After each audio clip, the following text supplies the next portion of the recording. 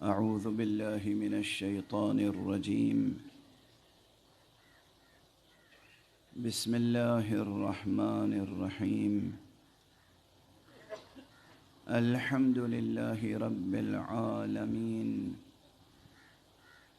والصلاة والسلام على أشرف الخلائق أجمعين، سيدنا وسيد الأولين والآخرين، حبيبنا وحبيب إله العالمين، إمام المرسلين وخاتم النبيين، أبي القاسم المصطفى محمد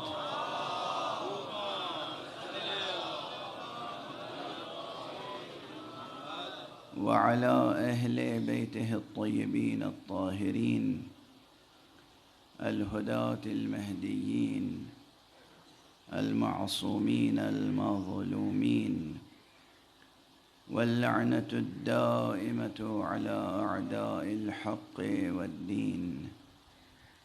أما بعد، فقد قال الله تعالى عز اسمه في محكم كتابه ومتقن خطابه: بسم الله الرحمن الرحيم.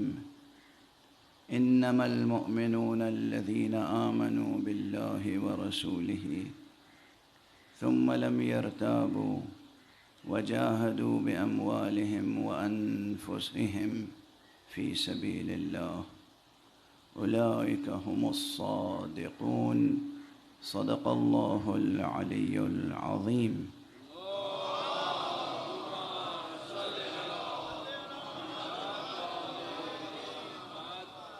ایک مرتبہ اور بلند تر سلام.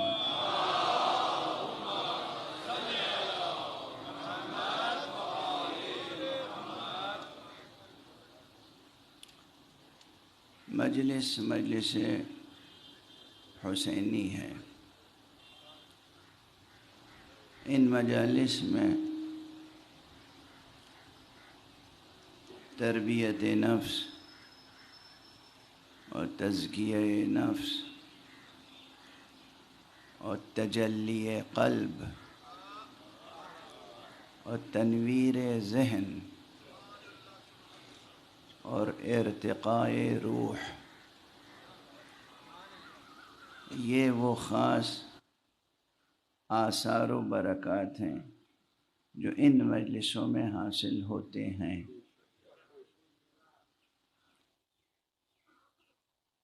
تنہا اسم گرامی حسین بھی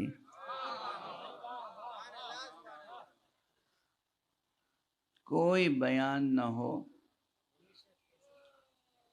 تو تنہا یہ ایک اسم گرامی انسانی وجود کی تطہیر کے لیے کافی ہے.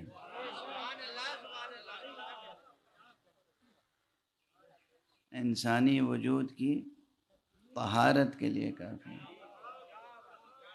حسین، وہ حسین جس کے لیے رسول نے فرمایا تھا حسین منی وانا من حسین، جس کے لیے فرمایا تھا ھذا حسین فاعرفوہ، جس کے لیے فرمایا تھا حسین سبط من الاسباط. اسباط کے معنی قرآن مجید کی آیتوں میں تلاش کریں اور پھر اس حدیث پہ غور کریں. گویا حضور علیہ السلام کا ارشاد گرامی ہے کہ حسین تنہا ایک امت ہے، حسین تنہا ایک سلسلہ ہدایت ہے. تو نام گرامی حسین ابن علی علیہ الصلاۃ والسلام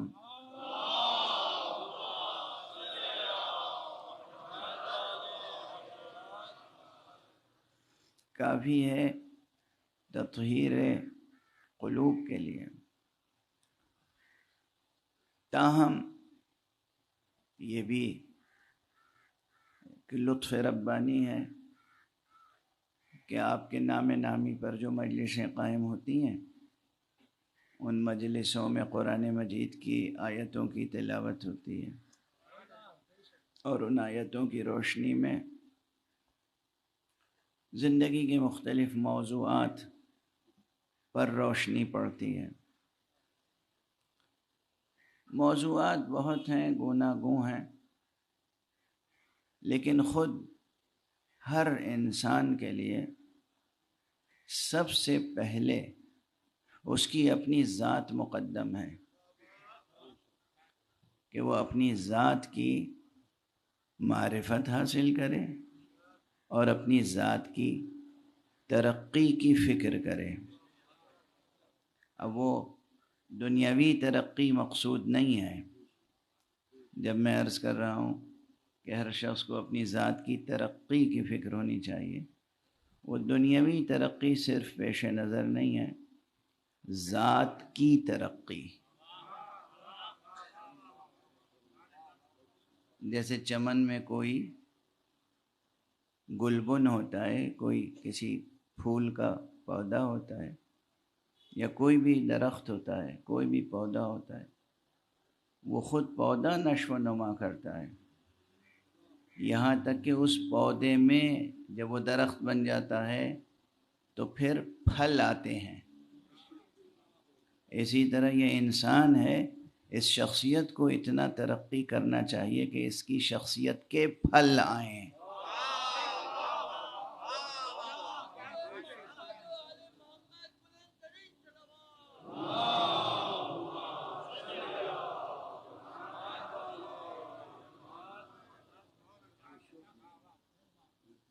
انسان اتنا ترقی کر جائے کہ اس کے انسانی وجود کے ثمرات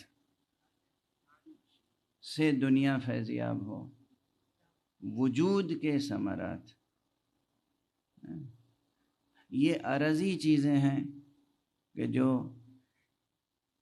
گھر مکان اور سواریاں اور دھن دولت آل اولاد، یہ سب عرضی ہیں، ذاتی نہیں ہیں۔ عرضی اور ذاتی میں فرق یہ ہے کہ ذاتی شے ذات سے جدا نہیں ہو سکتی، عرضی شے ذات سے جدا بھی ہو سکتی ہے۔ کوئی شخص ہے، کتنی ہی بڑی اس کی حویلی ہو، محل ہو، قلعہ ہو، پورا شہر اس کا ہو، مالک ہو وہ، لیکن اگر کسی بنا پہ ہجرت کرنے پہ مجبور ہو جائے تو وہ چیزیں رہ جاتی ہیں، وہ تنہا ہجرت کرتا ہے۔ وہ چیزیں بس ہجرت کا تصور ذہن میں رکھیں، ہجرت کرتے وقت جو چیزیں چھوٹ جائیں وہ عرضی ہیں، جو چیزیں کسی کے چھڑائے نہ چھوٹیں وہ ذاتی ہیں۔ اب منطق اور فلسفے میں تو عرضی اور ذاتی کی بحثیں بہت ہی ٹیکنیکل لینگویج میں ہوتی ہیں، تو وہ ان ٹرمینالوجیز اور ڈیفینیشنز کو چھوڑ کر، ان اصطلاحوں اور تعریفوں کو چھوڑ کر میں نے ایسے عرض کر دیا کہ انشاءاللہ بچے بھی یاد رکھیں گے کہ ذاتی کیا ہوتا ہے اور عرضی کیا ہوتا ہے۔ عرضی وہ ہے کہ جو کسی بھی سبب سے چھوٹ سکتا ہے، جدا ہو سکتا ہے، اور ذاتی وہ ہے کہ جو کسی کے چھڑائے چھوٹ نہیں سکتا، وہ گویا ذاتی ہے۔ اب دیکھیے کہ جو چیز عرض دنیا میں سے ہے، میں نے عرض کیا جیسے دھن دولت ہے، گھر مکان، ہر چیز چھوٹ سکتی ہے۔ جو چیز چھوٹ نہیں سکتی وہ انسان کے نفس کے کمالات ہیں۔ اگر انسان کے اندر علم ہے، یہ کاغذ پر چھپی ہوئی دو دفتیوں کے درمیان جلد بندی کی ہوئی کتابیں تو چھوٹ سکتی ہیں، مگر علم اگر ہے تو وہ کبھی نہیں چھوٹ سکتا۔ یہ ہو گئی چیز ذاتی۔ اسی طرح انسان کے اندر قوت صبر ہے۔ اگر انسان کے اندر قوت صبر ہے تو یہ قوت انسان کو ہمیشہ مدد پہنچاتی ہے اور کبھی بھی ساتھ نہیں چھوڑتی. یہ انسان کی ذاتی صفت ہو جاتی ہے. اور اسی طرح انسان کے اور تمام اخلاقی اوصاف ہیں، سب سے زیادہ متوجہ ہونا چاہیے انسان کو اپنے اخلاقی اوصاف کی طرف.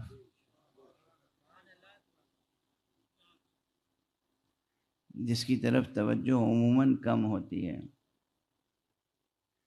اخلاقی اوصاف، لیکن دو لفظیں ہیں، ایک ہے خلق اور ایک ہے خلق. زبر اور پیش کا فرق ہے. خلق سے مراد ہے یہ سامنے کا جسمانی ڈھانچہ، یہ ہے خلق. اور خلق وہ ہے کہ جو نفس کے اندر پائے جانے والے صفات ہیں جو آنکھوں سے نظر نہیں آتے ہیں، وہ ہے خلق، وہ ہے خلق. اور حضرت احدیت نے سرکار ختمی مرتبت صلی اللہ علیہ وآلہ وسلم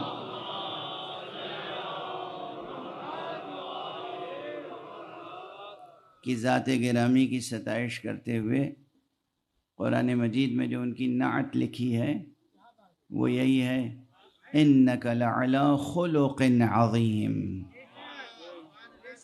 اگرچہ آپ خلق کے اعتبار سے بھی عظیم تھے، مگر حضرت حق نے ان کو خلق کے اعتبار سے ستائش کا موضوع بنایا.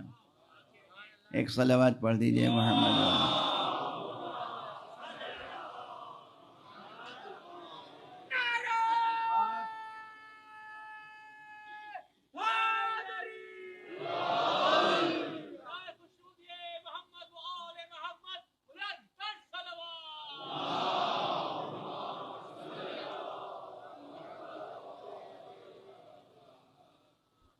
یہ خلق کا جو تذکرہ میں نے کیا، اسی کا خلق اور خلق، اور اس کی جمع ہے اخلاق، جس پر پورا ایک علم اخلاق موجود ہے.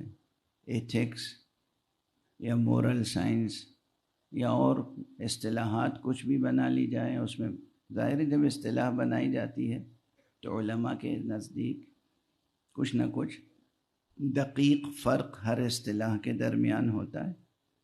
تو وہ تو کلاس روم کی باتیں ہیں، یہاں پر ہم لب لباب عرض کرتے ہیں. تو جو اخلاق ہے، خلق یا خلق کی جمع اخلاق، وہ صفات جو انسان کی ذات میں پائے جاتے ہیں. یہ بالکل ایک شجرے کی مثال ہے اس کی. ہر صفت جو انسان کی ذات میں پائی جاتی ہے وہ دوسری صفت سے مربوط ہوتی ہے، جڑی ہوئی ہوتی ہے، اور وہ ربط اور تعلق بھی وجودی ہوتا ہے. وہ ربط اور تعلق ایسا نہیں ہوتا کہ وہ تعلق بھی ٹوٹ سکے. ہر صفت کا دوسرے تمام صفات اخلاقیہ سے ایک تعلق ہوتا ہے، اور وہ وجودی تعلق ہے، وہ ٹوٹ نہیں سکتا. اسی لیے ہمارے اور آپ کے آقا امام المتقین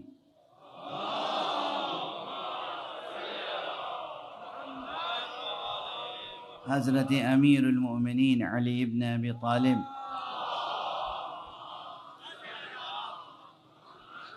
علیہ الصلاۃ والسلام نے ایک جملہ ارشاد فرمایا ہے. یہ جملہ آپ کی خدمت میں پیش کر رہا ہوں، اسے یاد رکھیے گا اور اس کو زندگی میں برتیے گا.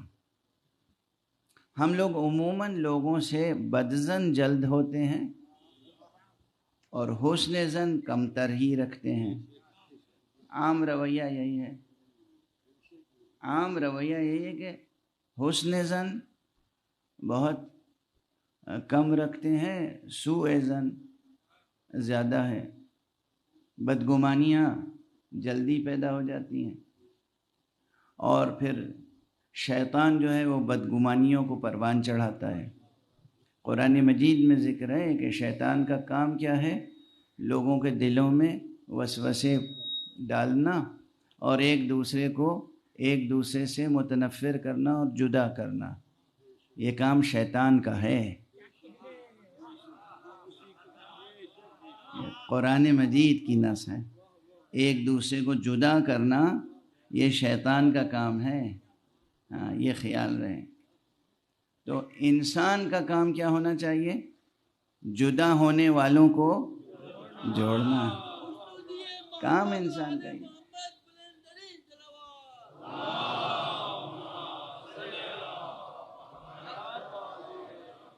اگر انسان کو اپنے وجود کو شیطان سے ممتاز تر کرنا ہے، اگر اپنے وجود کو، اپنی حیثیت کو شیطان سے مختلف اور اس سے برتر بنانا ہے، تو یہ یاد رکھیے گا شیطان کا کام ہے جدائی ڈالنا، تو انسان کا کام ہونا چاہیے انس و محبت و الفت و مودت کو قائم رکھنا۔ اختلاف کے باوجود ایک دوسرے سے ملتے رہنا انسانیت ہے، اور مشترک قدروں کے باوجود جھگڑتے رہنا حیوانیت ہے۔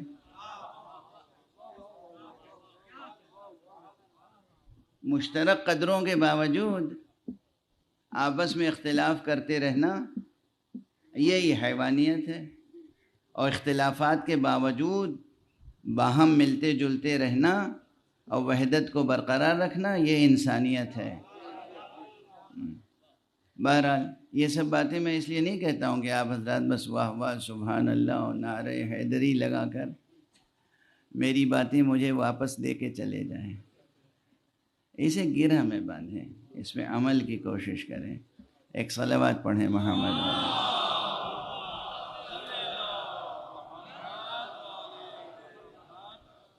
تو آقا کا جو ارشاد تھا وہ میں نے ابھی عرض نہیں کیا۔ آقا نے ارشاد فرمایا ہے کہ اگر تم کسی انسان کے اندر کوئی ایک خوبی بھی دیکھو تو اس کے اندر اس سے ملتی جلتی دوسری خوبیاں بھی تلاش کرو، اور توقع رکھو کہ اس میں اور قدریں بھی ہوں گی۔ اسی جملے کو عرض کرنے کے لیے میں نے کہا تھا کہ ہم لوگ تو سوء ظن پہ بنا رکھتے ہیں، حسن ظن رکھتے نہیں۔ امام علیہ السلام فرماتے ہیں اگر کسی میں ایک خوبی، ایک اچھی خصلت دیکھی تو تلاش کرو اس میں اور بھی خصلتیں ہوں گی، اور یہ کام دونوں کو کرنا چاہیے، خود کو بھی دوسروں کو بھی۔ اپنے اندر چھپی ہوئی خوبیوں کو ہر وقت تلاش کرنا چاہیے، اپنی خامیوں کو ہر وقت سوچتے نہیں رہنا چاہیے۔ کمزوریاں، یہ جملہ میں نے غالباً لاہور میں بھی عرض کیا تھا کہ تربیت نفس کے لیے اور تربیت اخلاق کے لیے عموماً معلمین اخلاق یہ کہتے ہیں کہ اپنی برائیوں پر نظر رکھو، اپنی برائیوں پر نظر رکھو، اپنی برائی۔ وہ ایک اچھی بات ہے لیکن اس کی ایک حد ہوتی ہے۔ تعلیمی تخلیقی تعلیم اور تربیتی تعلیم اور اخلاقی تعلیم کے لیے یہ یاد رکھیے کہ اپنی برائیوں کو ہر وقت دیکھتے رہنا انسان کو احساس کمتری میں مبتلا کر دیتا ہے۔ انسان جسے عام اصطلاح میں کہتے ہیں ڈپریشن میں مبتلا ہو جاتا ہے، اپنی ذات سے مایوس ہو جاتا ہے، خودکشی کر لیتا ہے، زندہ درگور ہو جاتا ہے۔ میں عرض کرتا ہوں اپنی برائیوں پہ نظر نہ ڈالو، اپنے اندر اچھائیاں ڈھونڈتے رہو۔ اللہ نے مجھے بنایا ہے تو بے سبب تو نہیں بنایا ہوگا۔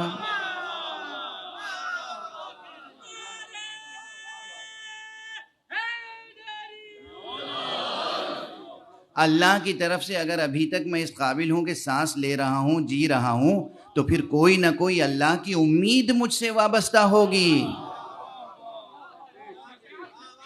مجھے کوشش کرنی چاہیے کہ وہ امید مشیت پوری ہو جائے۔ اور اللہ نے مجھے بنایا ہے تو پھر اللہ ہے، وہ معصوم ہے، وہ ہر خیر اور ہر حسن کا سرچشمہ ہے، تو اس نے مجھے قبیح تو نہیں بنایا ہوگا، اس نے مجھے برا تو نہیں بنایا ہوگا۔ اللہ نے بنایا ہے مجھے، شیطان نے تو نہیں بنایا ہے۔ اللہ نے بنایا ہے تو اچھا بنایا ہوگا۔ دنیا والے برا سمجھتے ہیں تو سمجھیں، میں انہیں بتاؤں گا کہ اچھا ہوں، برا نہیں ہوں۔ جینے کا تو یہ سلیقہ ہے۔ اور پھر دیکھیے کہ آپ کے اندر سے کیا قوت پیدا ہوتی ہے، کیا قوت پیدا ہوتی ہے۔ تو آپ کے اندر بہت خوبیاں ہیں، اور کوئی ایک خوبی بھی ریکگنائز ہو جائے تو پھر دوسری خوبیوں کو تلاش کرنا چاہیے اور اس شجرہ اخلاق کو پروان چڑھانا چاہیے۔ ایک صلوات پڑھ دیجئے محمد۔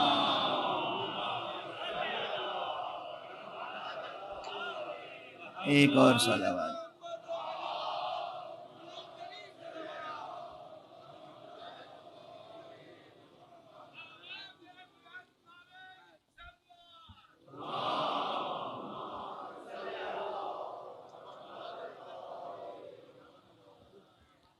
اب چونکہ بہرحال دامن وقت میں گنجائش نہیں ہے زیادہ، تو میں بہت تفصیل سے اس موضوع پہ تو گفتگو نہیں پیش کر سکتا اس وقت، ورنہ یہ موضوع ہے ایسا جو بے کراں ہے اور ضروری بھی ہے زندگی کے لیے، مومنین کے لیے بھی اور تمام انسانوں کے لیے۔ اخلاق انسانی کو پروان چڑھانے کے لیے بہت سی کتابیں لکھی گئیں، بہت سی تدبیریں، بہت سے نصاب مرتب کیے گئے، بہت سے دستور العمل مرتب کیے گئے۔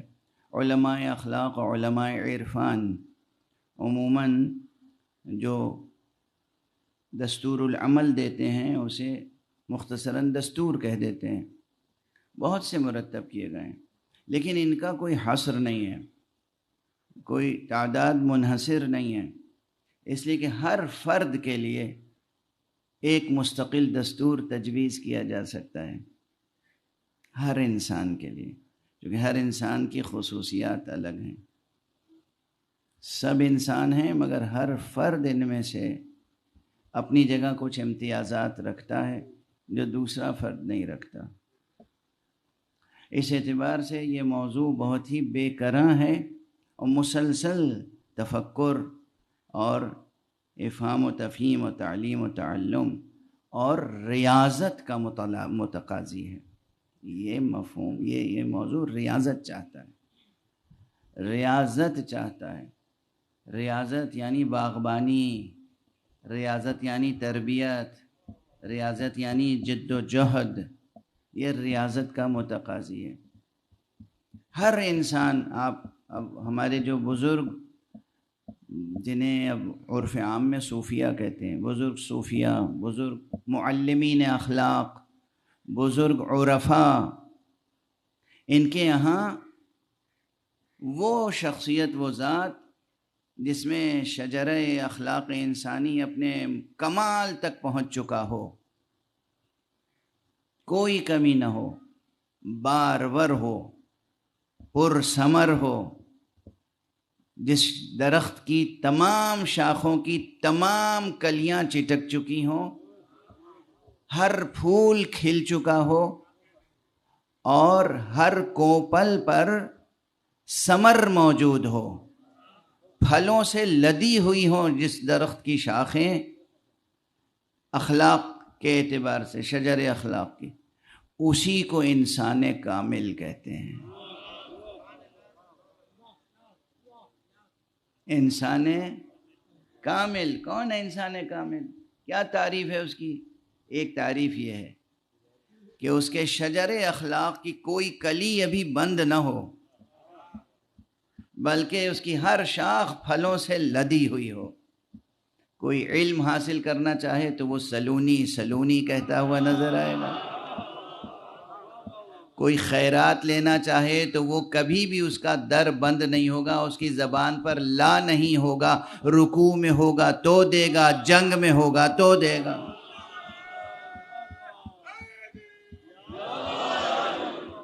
کہیں وہ یہ نہیں کہے گا کہ میں یہ کام کر لوں تو دیتا ہوں، اتنی تاخیر بھی نہیں ہے۔ بھئی نماز پڑھ لوں تو دیتا ہوں، میں جنگ سے فرصت پا لوں تو دیتا ہوں، جہاں جس نے مانگا وہیں عطا کیا۔ اسے کہتے ہیں انسان کامل۔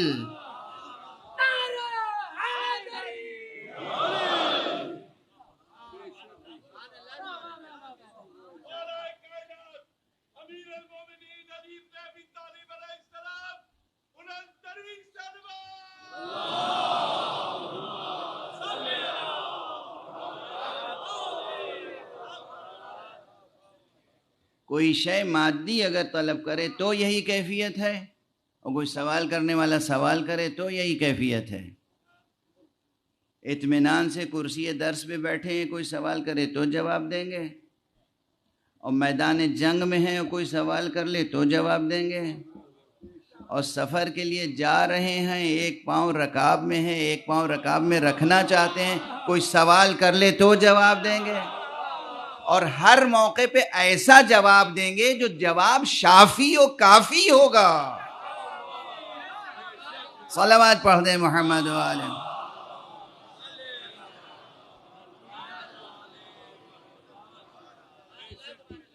اسے کہتے ہیں انسان کامل،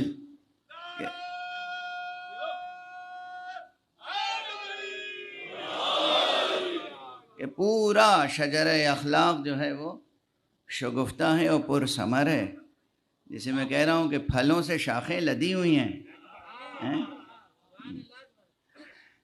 وہ انسان کامل ہے، اور ان کی مثال ظاہر ہے، مثال اول، مصداق اول، مثال بارز تو ذات گرامی مصطفیٰ صلی اللہ علیہ وآلہ وسلم۔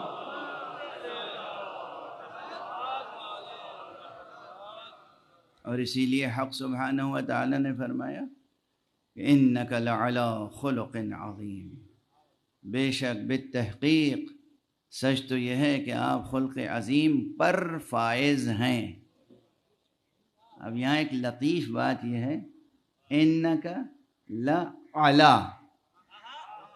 اعلیٰ استعلاء کے لیے آتا ہے، اعلیٰ یعنی تخت نیچے ہوتا ہے، اس کے اوپر جو ہو وہ اعلیٰ۔ اعلیٰ حرف جر بھی ہے، اعلیٰ فعل بھی ہے، فعل ماضی بھی اعلیٰ، اعلیٰ یعلو، اعلیٰ یعنی بلند ہوا۔ تو پروردگار گویا یہ فرما رہا ہے کہ اے حبیب، خلق عظیم کا درجہ نیچے ہے، آپ تو اس سے بھی برتر ہیں۔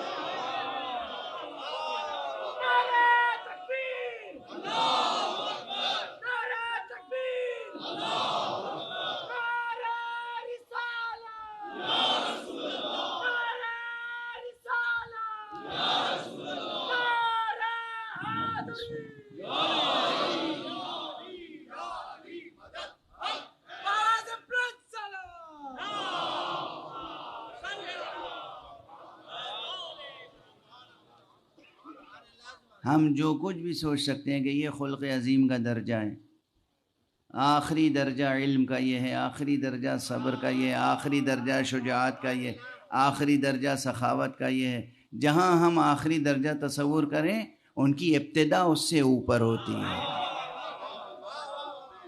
وہ ہے ذات گرامی مصطفیٰ حبیب کبریا صلی اللہ علیہ وآلہ وسلم۔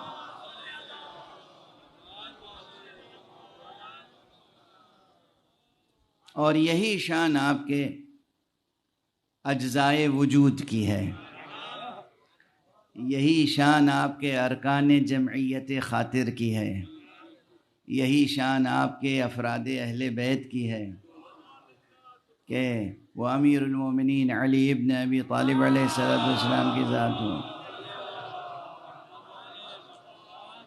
یا حضرت زہرا سلام اللہ علیہا کی ذات ہو،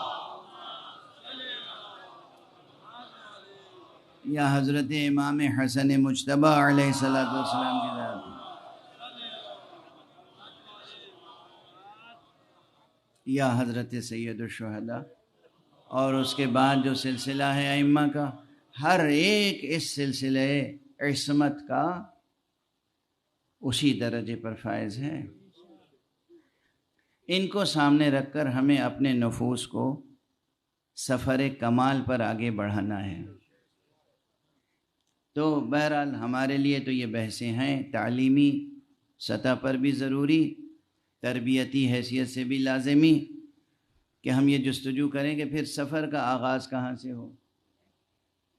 میں نے بہت تفصیل کے ساتھ اس مرتبہ لاہور کی ایک مجلس میں عرض کیا کہ ام الاقدار، تمام قدروں کی ماں، تمام ویلیوز کی اصل اور جڑ، وہ محبت ہے.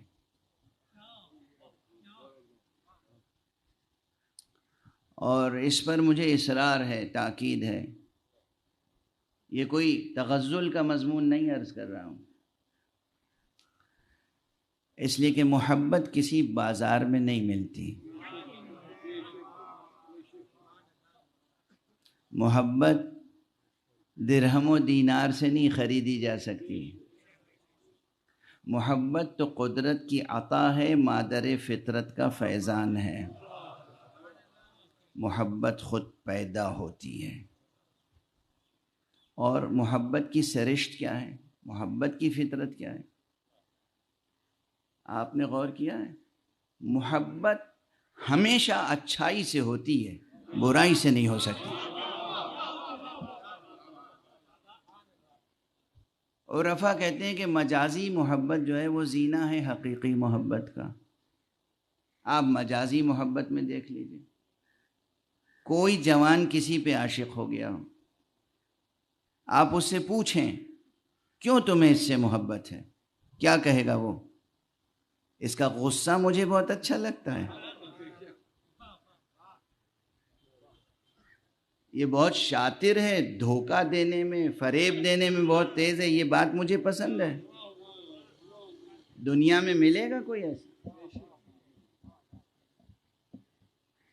اگر فرض کیجئے کہ کسی نے کسی ایسے کو پسند کیا کہ جو عام طور پر معیار حسن پر مکمل نہیں ہے، چہرے کا رنگ بہت سیاہ ہے، کالا ہے، چہرے پہ چیچک کے نشان ہیں، داغ ہیں، قد چھوٹا ہے، اور پھر بھی جو ہے جناب والا اس کے لیے مجنوں بنے ہوئے ہیں، تو پوچھتے ہیں کیا تمہیں اچھائی نظر آئی اس میں جو تم نے محبت کی؟ سوال ہی یہ ہوتا ہے کہ کیا اچھائی نظر آئی. یعنی یہ فطرت میں مسلمہ حقیقت ہے کہ محبت ہوتی ہی اچھائی سے ہے، محبت برائی سے ہو ہی نہیں سکتی.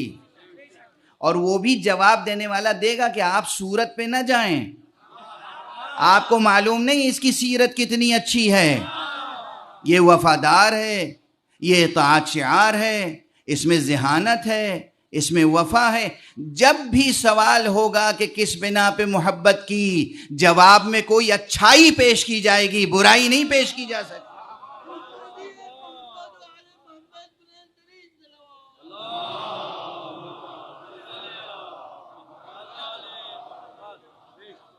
اب اس فطری قضیے کو سمجھنے سمجھانے کے لیے کسی مکتب کی حاجت نہیں ہے. کسی مکتب، مدرسے، school, college, university, academy, research centre, اس کی کوئی ضرورت نہیں ہے. یہ مکتبہ فطرت میں طے شدہ ہے کہ محبت ہوگی تو اچھائی سے ہوگی، محبت ہوگی تو اچھائی سے ہی ہوگی، ورنہ محبت وجود میں نہیں آ سکتی، محبت پیدا نہیں ہو سکتی. چونکہ محبت ہوتی ہی اچھائیوں سے ہے، اس لیے بھی میں عرض کر رہا ہوں کہ تمام اقدار کی جنم دینے والی محبت ہے. آپ کو جس سے محبت ہوگی اس کے بارے میں مزید معرفت حاصل کرنے کی کوشش کریں گے تو محبت سبب بنے گی حصول علم کے لیے. کسی کے بارے میں آپ زیادہ پوچھیں گے، جستجو کریں گے، معلومات حاصل کریں گے، کیوں کریں گے؟ کوئی نہ کوئی تعلق خاطر ہوگا، کوئی انس، کوئی الفت، کوئی سبب ہوگا محبتانہ جس کی بنا پہ آپ اس کے بارے میں زیادہ جستجو کریں گے. تو محبت سبب بنی حصول علم کے لیے. اچھا، حصول علم ہو گیا، اب اس کے بعد محبت اور شدید ہو جاتی ہے. جیسے جیسے معرفت بڑھتی ہے ویسے ویسے محبت قوی سے قوی تر ہوتی ہے. اور جب محبت قوی ہوتی ہے تو اب اگر معشوق پہ کوئی کڑا وقت آیا تو یہ محبت شجاع بن کے سامنے آتی ہے.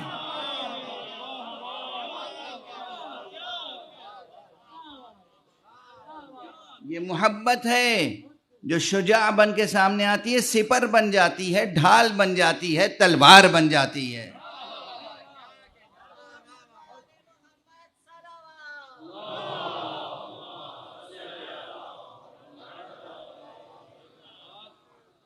محبت اپنے تمام تقاضوں کو جب پورا کرنے پہ آتی ہے تو ایثار پہ آ جاتی ہے، سخاوت پہ آ جاتی ہے۔ محبت جب اپنا عہد پورا کرنے پہ آتی ہے تو وفا پیدا ہوتی ہے۔ تو آپ نے دیکھا جتنی قدریں ہیں وہ سب محبت کی کوکھ سے جنم لیتی ہیں۔ اس لیے محبت ہے ام الاقدار، محبت ہے ام الاخلاق، محبت ہے ام الاوصاف، محبت ہے ام المناقب، محبت ہے ام الفضائل۔ اور اسی لیے اللہ نے دین کی بنیاد بھی رکھی تو محبت پر، دین کا اجر دیا تو محبت، رسالت کا اجر طلب کیا تو محبت۔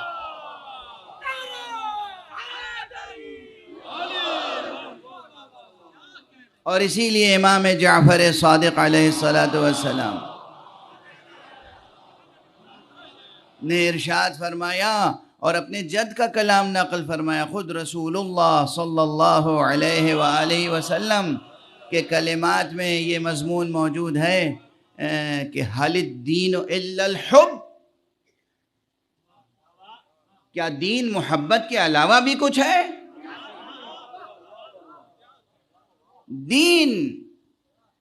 دین نصاب عشق ہے، دین نصاب محبت ہے، دین کی اصل محبت ہے، فرع محبت ہے، اس کی کلیاں محبت، اس کے پھول محبت، اس کا ثمر محبت۔ دین کی بنیاد پر دشمنیاں اور لڑائیاں اور نفرتیں نہیں پیدا کی جا سکتی۔ دشمنیاں، لڑائیاں، نفرتیں تب پیدا ہوتی ہیں جب دین میں سیاست کا زہر گھول دیا جاتا ہے۔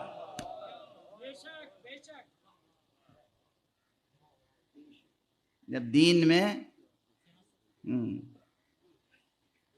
علامہ اقبال نے ایک بات کہی تھی، بہت مشہور مصرع ہے ان کا، ہم لوگ تو جب اسکول میں پڑھتے تھے تو اس وقت ڈیبیٹ ہوا کرتا تھا، اور ڈیبیٹ میں چند طلبہ جو ہیں وہ اس کی موضوع کے موافقت میں اور چند جو ہیں اس کی مخالفت میں تقریریں کرتے تھے۔ تو اس میں عام طور پر اسکولوں میں جو ڈیبیٹ ہوتا ہے اس میں ایک مصرع اقبال کا یہ دے دیا جاتا ہے، جدا ہو دین سیاست سے تو رہ جاتی ہے چنگیزی۔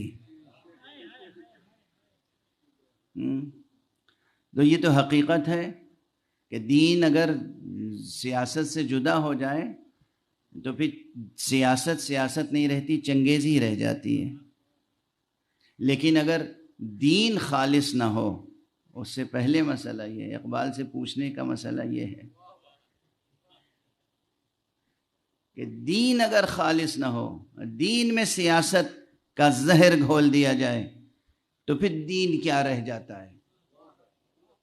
پھر وہی ہوتا ہے جسے علامہ جمیل مظہری نے فرمایا ہے، کسے خبر تھی کہ لے کر چراغ مصطفی، کسے خبر تھی کہ لے کر چراغ مصطفی، جہاں میں آگ لگاتی پھرے گی بولہبی۔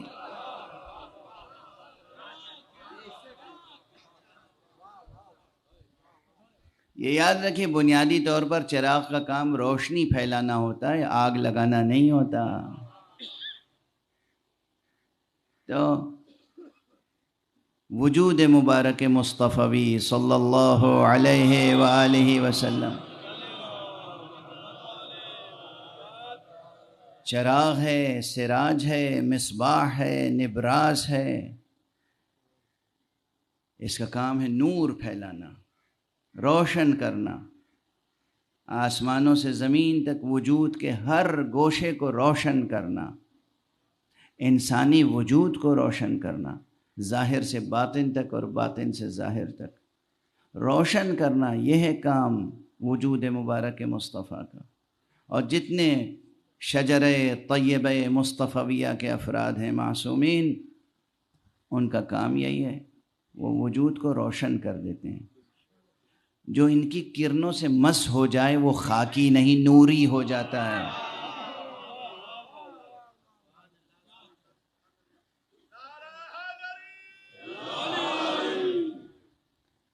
تو ہم آپ جو مسلسل ذکر اہل بیت میں مشغول رہتے ہیں، ہمیں اپنے اپنے وجود کو اس لحاظ سے ضرور غور کرنا چاہیے کہ ہم نے کتنا جذب کیا ہے اس ذکر مبارک کو،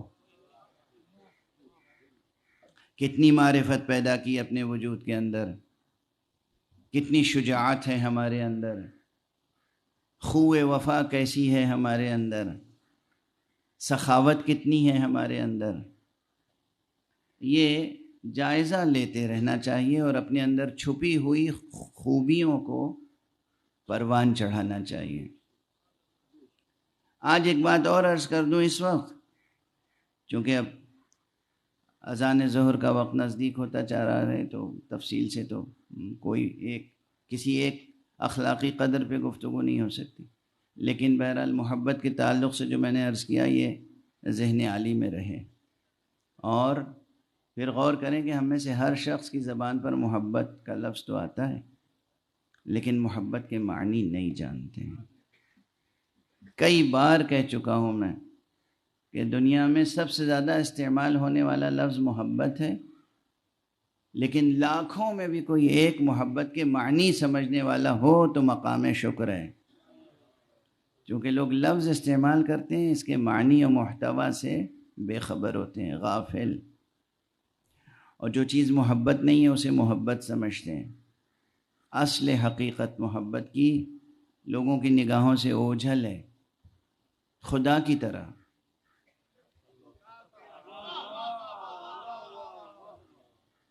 جیسے خدا ہے اور اس کے مظاہر ہر طرف ہیں، خدا کی تجلیاں ہر طرف ہیں، مگر خدا کے وجود سے لوگ غافل رہتے ہیں. اسی طرح اس کائنات میں محبت الہیہ کی تجلیاں بھی ہر طرف ہیں، محبت ربانیہ کی تجلیاں اور مظاہر ہر طرف ہیں، مگر لوگ اصل محبت سے بے خبر ہیں، معنی بھی نہیں جانتے محبت کے، حقیقتاً معنی نہیں جانتے محبت کے، حقیقتاً معنی نہیں جانتے محبت کے. ایک مخصوص نفسیاتی کیفیت کو محبت سمجھتے ہیں. محبت اسے کہیں بلند و برتر و مجرد ایک نور ہے جو اللہ دلوں میں ودیعت فرماتا ہے. تو ام الاقدار تو یہ محبت ہے. لیکن محبت کے بعد جو اور چیزیں بھی شجرہ اخلاق میں بہت اہمیت رکھتی ہیں، ان میں ایک ہے صدق. صدق، سچائی. یہ خود ایک مفصل بحث ہے، لیکن اب بالکل ہی تقریر کے اختتام پر اس طرف گفتگو آ سکی. جو میں نے آیت آپ حضرات کی خدمت میں تلاوت کی وہ سورہ مبارکہ حجرات کی آیت ہے. سورہ مبارکہ حجرات اگر ممکن ہو تو روز تلاوت کیا کیجیے، اور تلاوت کے ساتھ اس کا ترجمہ اور اس کی تفسیر اور اس کے محتوا پر غور کیا کیجیے. سورہ مبارکہ حجرات کی تلاوت کا ایک ثواب یہ ہے، بہت سے ثواب ہیں، ایک ثواب یہ ہے کہ تلاوت کرنے والے کو زیارت پیغمبر کا ثواب ملتا ہے صلی اللہ علیہ وآلہ وسلم.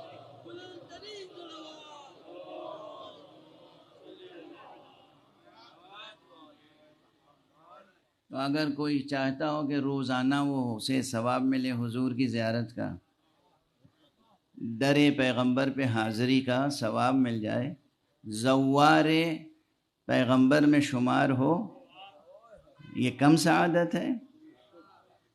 تو وہ ایک مرتبہ سورہ حجرات کی تلاوت کر لیں اور پھر غور کرے کہ اس میں کہی کیا گئی ہیں باتیں. تو وہ غور کرے گا تو دیکھے گا کہ بحیثیت فرد اور بحیثیت امت اس کے اندر جو اوصاف ہونے چاہیے، جو اخلاق ہونے چاہیے، جو مینرز ہونے چاہیے، جو اس کے اندر ڈسپلن ہونی چاہیے، جو اس کے اندر اللہ اور اللہ کے رسول کے مقابلے میں خضوع اور خشوع اور ادب اور لحاظ ہونا چاہیے، وہ تعلیم کیا گیا ہے. مثلا پہلی ہی آیت ہے بسم اللہ الرحمن الرحیم، یا ایہا الذین آمنوا لا تقدموا بین یدی اللہ ورسولہ واتقوا اللہ ان اللہ سمیع علیم. اے ایمان لانے والو، اور یہ سورہ مبارکہ ایسا ہے جس میں بار بار یا ایہا الذین آمنوا، یا ایہا الذین آمنوا، یا ایہا الذین آمنوا، اگر میرا حافظہ اس وقت خطا نہیں کر رہا ہے تو 5 چھوٹا سا سورہ ہے، 18 آیتیں ہیں صرف. یہ 18 آیتوں میں غالباً 18 ہی آیتیں ہیں. اس میں 5 مرتبہ یا ایھا الذین آمنوا آیا، اے ایمان لانے والو، یعنی خطاب براہ راست آپ سے ہے اگر آپ اپنے کو واقعاً اہل ایمان میں شامل سمجھتے ہیں تو خطاب آپ سے ہے.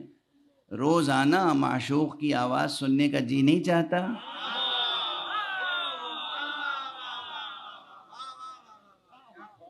کوئی پیار سے آپ کو پکارے اے میرے بندے، یہ آواز سننے کا دل نہیں چاہتا؟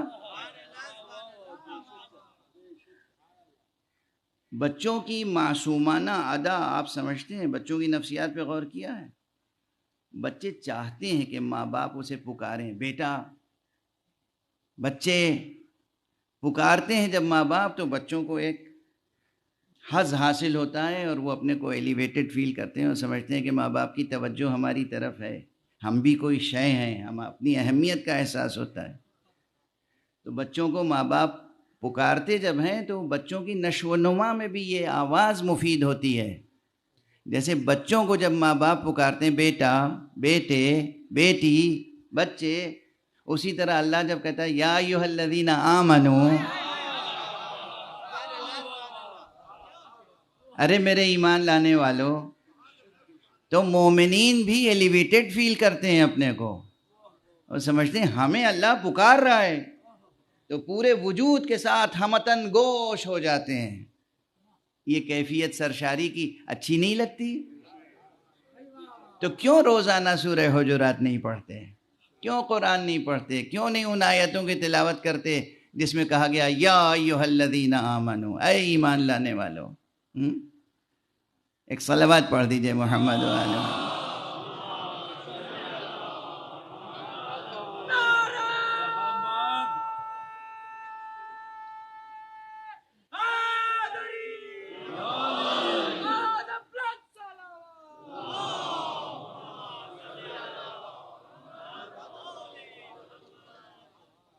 تو اس سورے میں 5 مرتبہ کم از کم یا ایھا الذین آمنو کہا گیا ہے، اور پھر مکرر اس سورے میں تقریباً 5 ہی مرتبہ تقویٰ کا ذکر ہے، اور 3 مرتبہ غالباً یا 4 مرتبہ اتقوا اللہ کا کلمہ آیا ہے صیغہ امر کے ساتھ.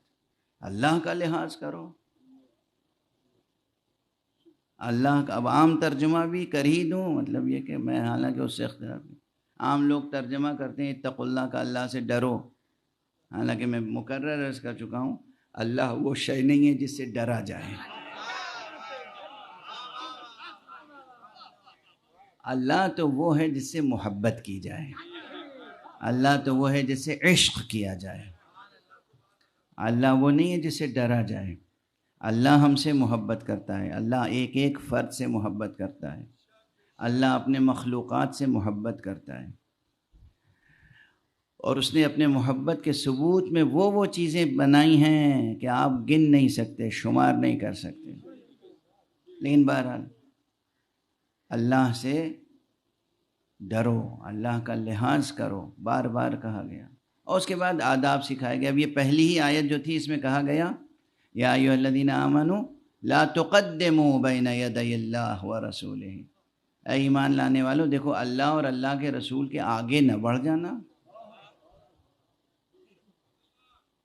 اب یہ آگے بڑھ جانے کا کیا مفہوم ہے؟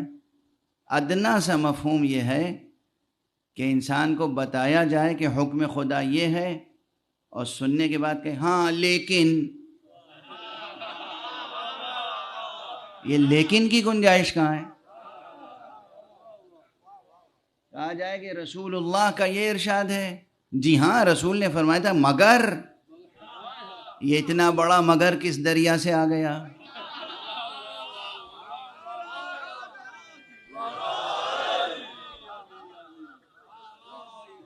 ہے نا بہت سلیس اب گفتگو کرنے لگا ہوں میں. یہ لیکن اور مگر جو ہے یہ کہاں سے آ گیا؟ ادھر آپ نے کہا لیکن اور مگر، اور ادھر گویا آپ نے اپنے کو اللہ سے آگے بڑھانے کی کوشش کی، رسول سے آگے بڑھانے کی کوشش کی. اب یہ عام امتی کی تربیت کے لیے ہے مسئلہ، ہر امتی کے لیے، کہ جب رسول کچھ کہیں تو اگر مگر لیکن نہ کہو، ان کے مقابلے میں کوئی رائے قائم نہ کرو۔ اب یہ روز اول سے لے کے آج تک و قیامت تک یہ اصول رہے گا۔ جو مجتہدین ہیں، سچے مجتہدین و فقہا، اجتہاد کہتے ہیں اپنے وجود میں موجود تمام صلاحیتوں کو راہ مولا میں خرچ کر دینا، یہ ہے اجتہاد۔ یعنی مولا کا حکم دریافت کرنے کے لیے اپنی قوت صرف کرنا، نہ کہ مولا کے حکم کے مقابلے میں اپنی رائے قائم کرنے کے لیے قوت صرف کرنا۔ دو چیزیں بالکل الگ الگ ہیں۔ ایک یہ کہ ایک شخص اپنا پورا وجود صرف کر رہا ہے صرف کس لیے؟ معلوم ہو جائے، کشف ہو جائے، دریافت ہو جائے کہ آقا کا حکم کیا ہے، مولا کا حکم کیا ہے۔ اور دوسری طرف یہ کوشش کہ آقا کا حکم تو معلوم ہو گیا، میری رائے کیا ہے، میں اسے اسٹیبلش کروں، میں کیا سمجھتا ہوں، میں یہ سمجھتا ہوں۔ یہ اجتہاد جہنم میں لے جانے والا اجتہاد ہے، کوئی بھی ہو، کہیں بھی ہو۔ عمامہ پہن کے، داڑھیاں بڑھا کے وہ اجتہاد کرے تو، داڑھی نہ رکھ کے انگریزی لباس پہن کے اجتہاد کرے تو۔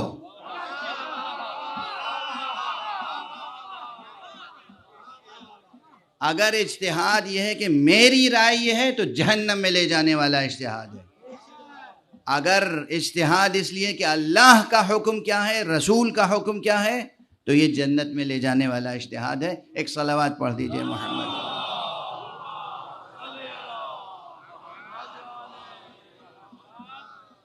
ایک معیار ہے، لا تقدموا بین یدی اللہ ورسولہ، دیکھو اللہ اور اللہ کے رسول کے آگے اپنا قدم نہ بڑھانا۔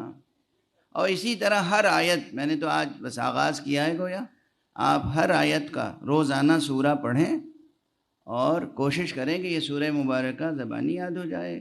جب آپ پڑھیں گے تو 40 دنوں میں یاد ہو جائے گا، کوئی زیادہ دن نہیں لگیں گے، اور سال میں تو 365 دن ہوتے ہیں، 40 دنوں میں یاد ہو جائے گا۔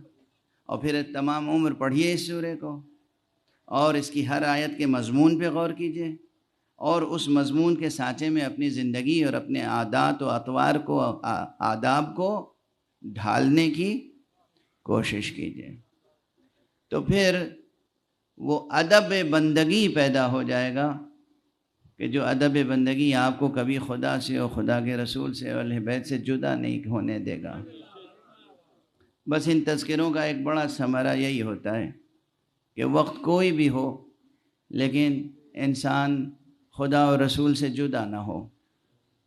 اسی لیے کربلا ایک مثالی واقعہ اس لحاظ سے بھی ہے کہ حالات کیسے ہی ہوں لیکن خدا اور خدا کے رسول سے اور اہل بیت رسول سے جدا نہ ہو انسان۔ سمجھیے کربلا کا امتحان وہ کامیابی سے حل کر گیا۔ اگر یہ صفت پیدا ہو جائے، زندگی میں دشواریاں آتی ہیں، مشکلیں آتی ہیں، رکاوٹیں آتی ہیں، لیکن ہر رکاوٹ پہ ایک یہ فیصلہ ہے کہ بھئی اس وقت حکم خدا کو رہنے دیجئے، آپ اپنے طور پہ کام کر کے گزر جائیے۔ اور ایک یہ کہ نہیں، رکاوٹ ہے، مشکل ہے تو ہو، مصیبت ہے تو ہو، حکم خدا پہ عمل تو ہوگا۔ اگر یہ چیز پیدا ہو گئی نا تو گویا آپ کربلا کے امتحان میں کامیاب ہو گئے۔ سمجھ رہے ہیں آپ؟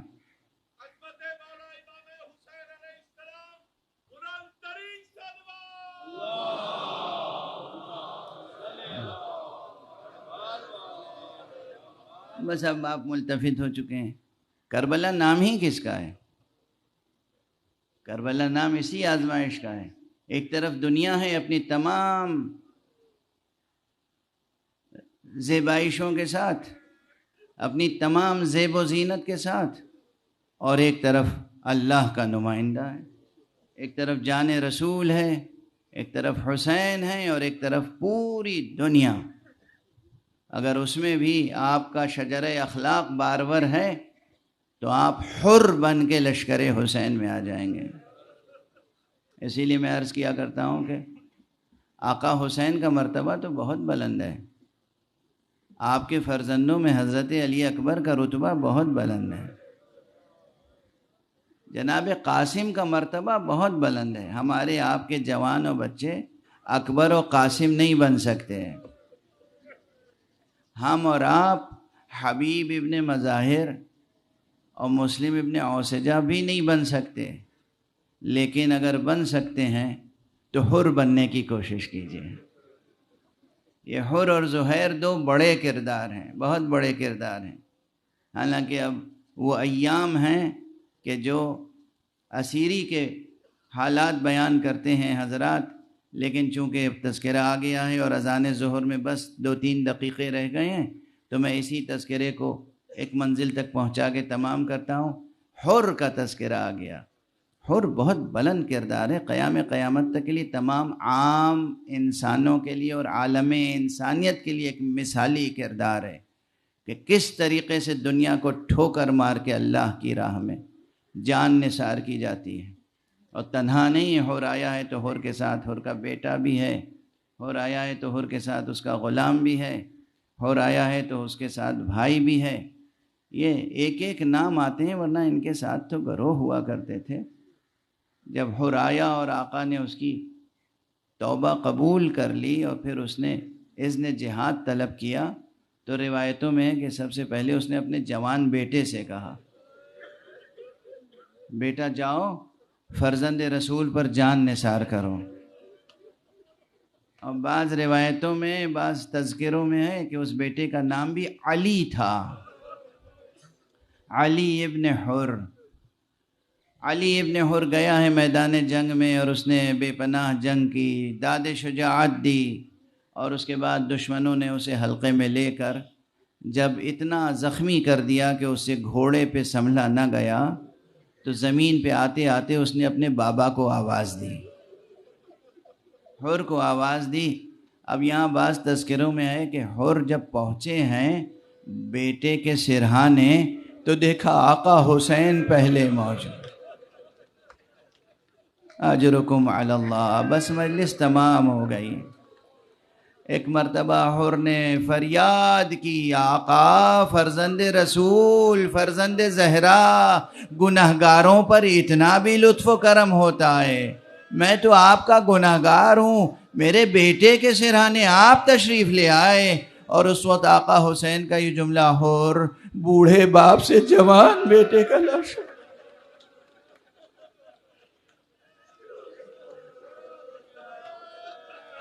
کیا ایثار ہے، کیا قربانی ہے! یعنی وہی مقام جہاں انسان سمجھتا ہے اخلاق کی آخری حد یہ ہے، امام اس سے اوپر فائز ہوتا ہے۔ اور بوڑھے باپ سے جوان بیٹے کا لاشا نہیں اٹھتا۔